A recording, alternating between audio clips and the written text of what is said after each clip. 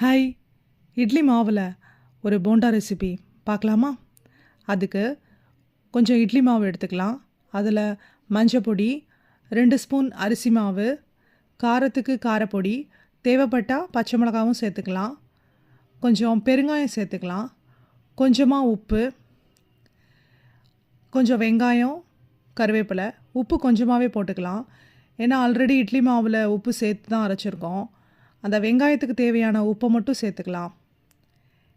எல்லா மாவையும் சேர்த்து நல்லா கலந்துடலாம். இப்போ இந்த மாவு கன்சிஸ்டன்சி போண்டா பதத்துக்கு இருக்கணும். அப்படி போண்டா பதத்தில் இல்லை, கொஞ்சம் தண்ணியாக இருந்ததுன்னா இன்னும் கொஞ்சம் அரிசி மாவு சேர்த்துக்கலாம். இன்னும் கொஞ்சம் அரிசி மாவு சேர்த்துட்டு கொஞ்சம் கொஞ்சமாக போண்டா மாதிரியே எண்ணெயில் சுட்டு எடுத்துடலாம்.